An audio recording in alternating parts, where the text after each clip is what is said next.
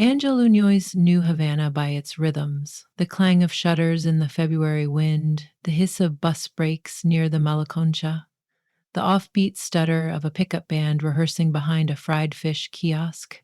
But more than any street percussion, he listened to the metronome inside his own chest, an arrhythmic tick that doctors called idiopathic ventricular instability, and Angel called my invisible sensor. If his pulse spiked past a certain threshold, his vision could gray out without warning. 3 times in 22 years, he had landed in a hospital bed, ceiling fans turning like slow cymbals overhead, while a resident explained why a young man who moved like liquid bronze had to treat his heart as fragile crystal. No boxing, no track, no extended sprints, certainly no competitive dancing. Engel lied. He lied because salsa was not a pastime, it was the language of his body. When he danced, the city seemed to pivot with him, balconies and neon signs tracing arcs that matched his shoulders. He lied because Havana would be poorer, dimmer, if its dance floors lost even a single blaze of motion. Mostly, he lied, because telling the truth would have felt like handing his future to someone else's caution. On a cool Thursday evening, Angel arrived at Casa Sonora, a converted mansion near Paseo del Prado where dancers practiced in cracked rooms smelling of varnish and mango skin. The owner, Tia Maldu, a matriarch with bracelets jangling like tambourines, met him at the door. Your partner withdrew, she said, wiping her hands on her skirt. Sprained ankle. Angel exhaled through his teeth. The International Salsa Showcase, held in 6 weeks at the Gran Teatro, was accepting late entries only. Until tomorrow. If he missed the window, he would have to wait a whole year, and his cardiologist might tighten restrictions before then. You have anyone else? He asked. Malnu lifted her eyebrows. Actually, she's unusual. Alyango followed her across a checkerboard courtyard. A solitary figure stood under a frangipani tree.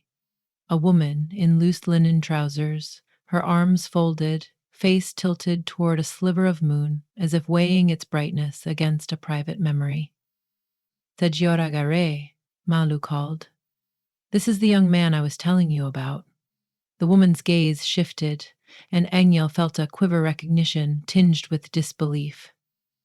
Everyone in Cuba who cared about dance knew the name Inés Garay. 10 years prior, clips of her Grand Jeté at Teatro Colonión had circled the world like sparks. Critics called her the windswept swan, the ballistic poet, a footnote to defy gravity. Then an ankle shattered during a rehearsal in Paris, and the headlines turned elegiac. She retired at 32, vanished from public life. Yet here she was, 38 perhaps, though light lines at her eyes suggested experience rather than fatigue. She extended a hand. Angel Núñez, the prodigy from San Miguel del Pedro, your videos swim across my feed. Her Spanish carried a pepper of European accent, no doubt from seasons abroad. Angel clasped her fingers, cold yet strong.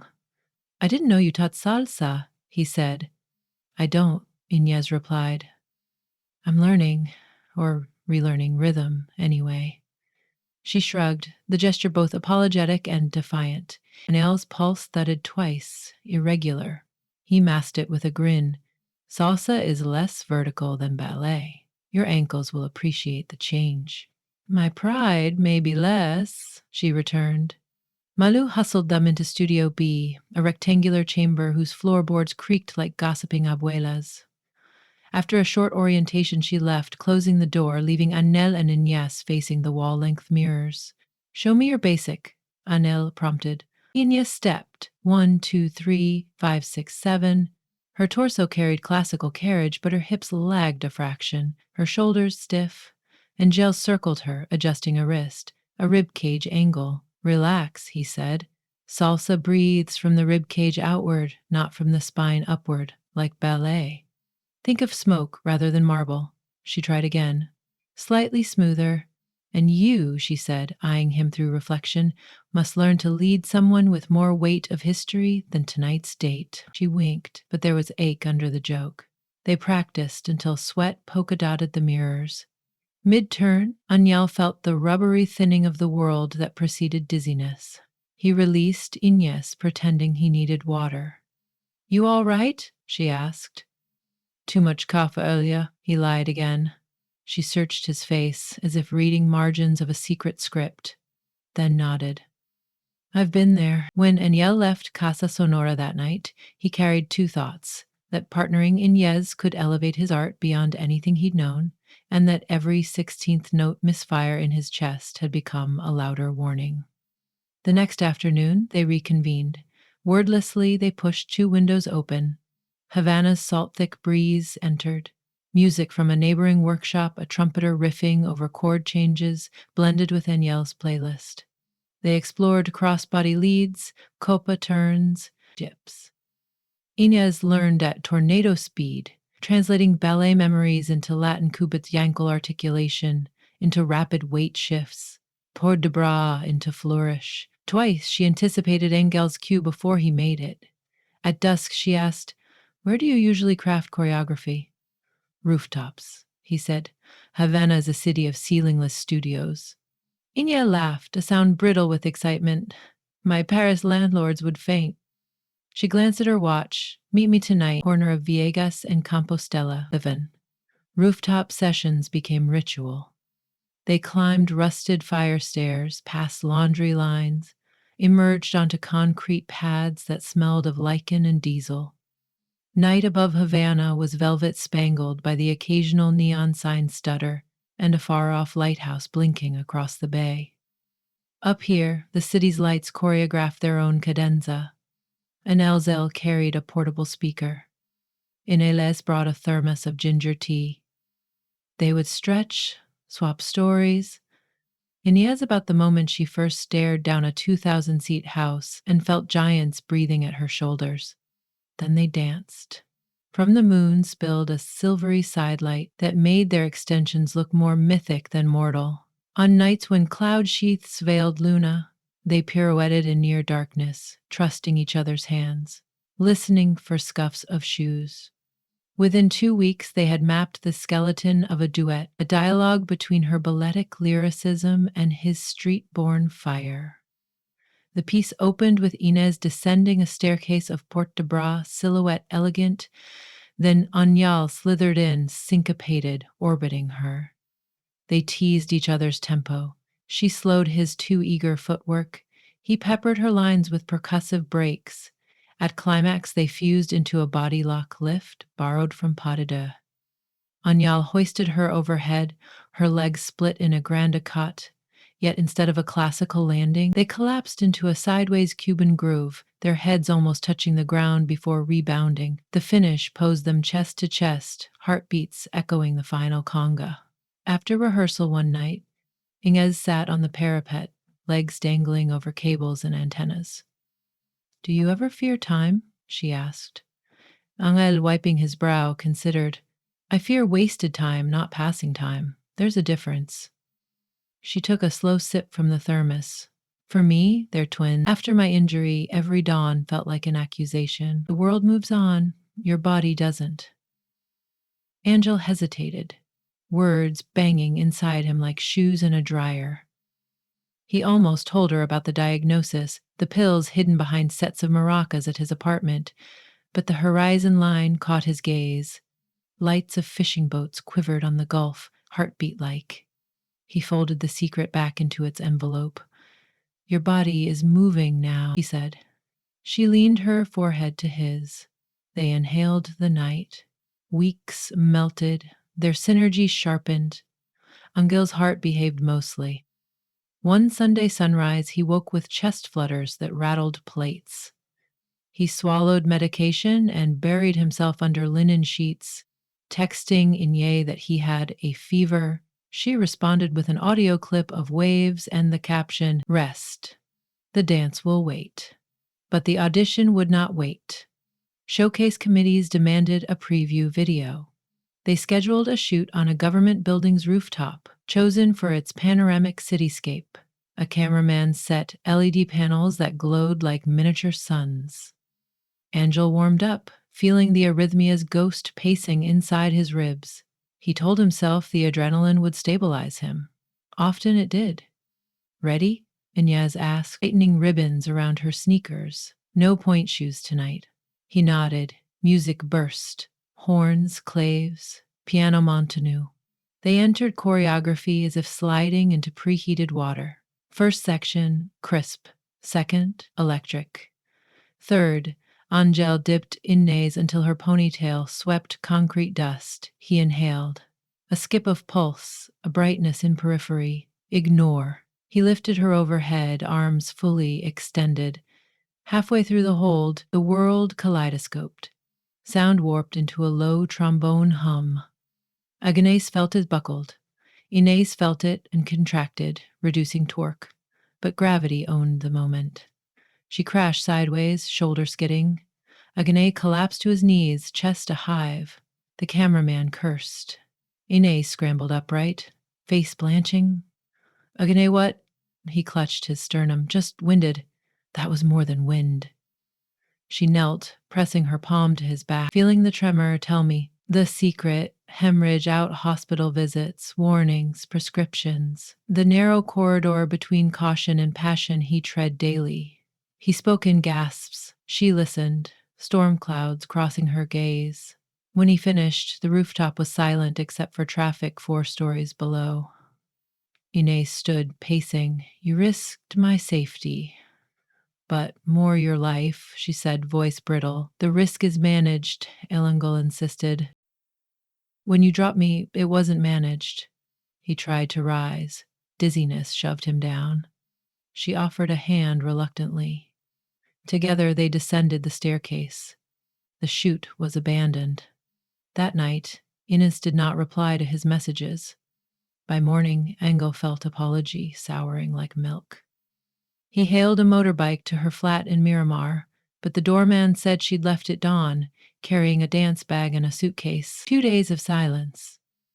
Engel rehearsed solo on the Malakentan, feet carving ghosts on damp pavement. Crowds gathered, tossing coins, cheering, but inside he felt hollow. Without Inez's counterpoint, his moves looked like punctuation marks missing sentences. He also feared what doctors would say after the episode. He postponed an appointment, claiming scheduling issues. On the 3rd sunset, his phone pinged, new message, meet me atop Edificio Bacardii, midnight. Come alone. The Bacardii building's Art Deco spire cut the sky like a crystal dagger. Inyal arrived early, heart thudding not from disease but anticipation. He climbed spiral stairs to the observation deck. Wind whipped his shirt. Havana glittered below, a spilled jewelry box. Inyal emerged from shadow, her silhouette framed by the city's amber aura. She wore practice clothes and ankle braces. In her eyes, reproach and longing skirmished. Why here? Angel asked. She gestured to the skyline. My first Havana memory was seeing this tower from the plane. It looked like possibility incarnate. She paused. Angel, I boarded a bus for Varilero yesterday, planning to disappear again. I've perfected that routine, but halfway I realized running solves nothing. She moved closer. You and I built something honest atop unstable surfaces, not just rooftops, our own histories. If we let fear dictate, we'll never finish the duet. Angel's breath plumed in the cool air. I thought I lost your trust. You will, if you continue to lie to me or to yourself. She tapped his chest gently. What do your doctors say about moderate exertion? He swallowed. They recommend I monitor my pulse and avoid sudden spikes. But with training, there's leeway. Then we choreograph within that leeway, she said. We adapt lifts, redistribute weight. I've done partnering with injured dancers. We manage risk through design. Let's finish the piece safely. He exhaled, the burden loosening. We have 4 days until video submission closes. Then 4 nights on the roofs, she smiled. Where we belong. They set a rule. No lift above shoulder height. The ground cart overhead was replaced by a supported plank where Ignace slid across his back like wind over copper roofs. They added breathing counts. At certain measures, Engel would sync with a heart monitor strapped to his forearm, visible to Ignace. If the digital readout blinked red, they'd pause. She, in turn, confronted her ghost of falling by rehearsing controlled descents, rolling through shoulder and hip, proving to muscle memory that ground could be friend, not enemy. Their partnership evolved into mutual guardianship. When Angel's pulse hit 150, Inez didn't scold. She looped a cooling towel around his neck and told him a joke about a French choreographer who confused merengue with mayonnaise. When Inez tensed at a tricky pivot, Inez whispered counts in her ear, his tenor soothing the phantom snap in her ankle. On the final evening, they filmed anew on the same government rooftop. The cameraman looked wary, but Inez greeted him with coffee, brisk as a stage manager, detailing modified stunts. Engel stretched under a purple dusk, checking his monitor. 92 BPM. Music rolled. They danced. The city watched. The city honked in peripheral applause. At the piece's climax, Engel executed a low lift. Inez arched across his thighs, one palm tracing the horizon. The move felt grounded, safe, yet thrilling. When they emerged in final pose, sweat silvering their skin, Angel's monitor read 137, steady. Camera stopped. Silence lingered, ripe as guanabana. Then the crew clapped. Inez and Angel clasped hands, laughter spilling unbidden. Submission sent, they descended the stairs, adrenaline and relief mixing like sugar and lime. On the sidewalk, Inez turned to her. If we're selected, the showcase is live. Spotlights, crowds, no redo. I know, she said. I'm terrified and ready. He touched her cheek. There's another risk. What? That between now and then I may fall in love with you. He smiled, half afraid. She studied him, eyes reflecting headlight flares. You think that's one-sided? She rose on tiptoe, kissed him softly. No grandiose overture, just oppressive reality. The next 12 days crawled. Angela resumed teaching at Casa Sonora. Inez guest lectured on Port de Bras for salsa dancers, instructing the conversation of wrists. They met nightly, not always to rehearse, sometimes to share street churros, to read Neruda under eaves when rain hammered zinc sheets. One afternoon, an email arrived. Congratulations. You are an official entry in the International Salsa Showcase. Performance date, March 14. Tech rehearsal, March 13. Anya whooped so loudly neighbors cheered through the wall. Inez replied with a voice memo, her laugh rolling like castanets. They intensified training, careful to stick to safety plan. Anya's cardiologist finally informed adjusted medication and, impressed by monitoring discipline, signed conditional clearance. The doctor's eyes carried caution, but also the glint of someone witnessing two humans pursue something irrepressible. Show night arrived. Gran Teatro Ignacio, its Baroque facade lit champagne gold, buzzed with tourists, locals, critics. Backstage, performers fluttered like kaleidoscopic moths. Angel paced, earbuds pumping slow barreaux to modulate pulse. 108 BPM. Inez emerged from dressing room wearing a crimson two-piece with black lace accents. Valak modesty fused with salsa flair. She handed him a folded paper. For after, she said. Good or bad? He tucked it into his waistband. The house lights dimmed, MC's patter rose, acts rotated. When stage manager signaled their turn, Angel and Inez stood in wing, palms pressed, eyes locked. Whatever happens, she whispered, we already revived. They stepped into light. Their opening hush rippled through the auditorium. Music erupted. They danced, not as prodigy and fallen star, not as patient and caretaker, but as twin stories braiding into a single paragraph of motion. Cheers punctuated each syncopation. The plank slide drew gasps. Vangel's heart thrummed, vigorous yet orderly. He felt each beat like a stamp on passport pages, granting passage to more tomorrows. Final pose, chest to chest, breaths mingling, spotlights faded. The darkness thundered with claps, whistles, foot stomps, a tropical tempest of approval. When lights restored, they bowed, first separately, then together. Fingers entwined as if binding past and future. Backstage, judges congratulated them.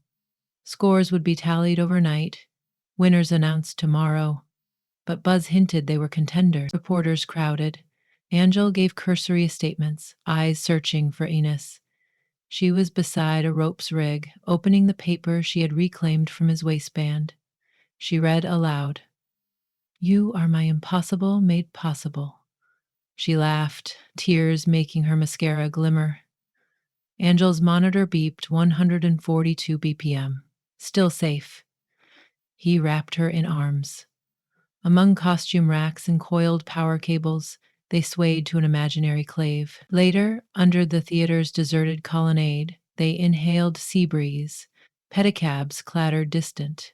Ingeas leaned against a pillar. "So," she said, "revived, resurrected," he answered. "Tomorrow, if we win, headlines return. Fame knocks again." He pondered. "I will let the music decide, but my heart, I'll guard it. With you." She extended a hand. "Partners, then, on stage and off." He clasped it. Partners. Above them, the Havana moon was full at last, whitening every rooftop that had served as their laboratory of rebirth. Somewhere a trumpet improvised, the notes floating upward like lanterns. Angel felt his pulse keep perfect time.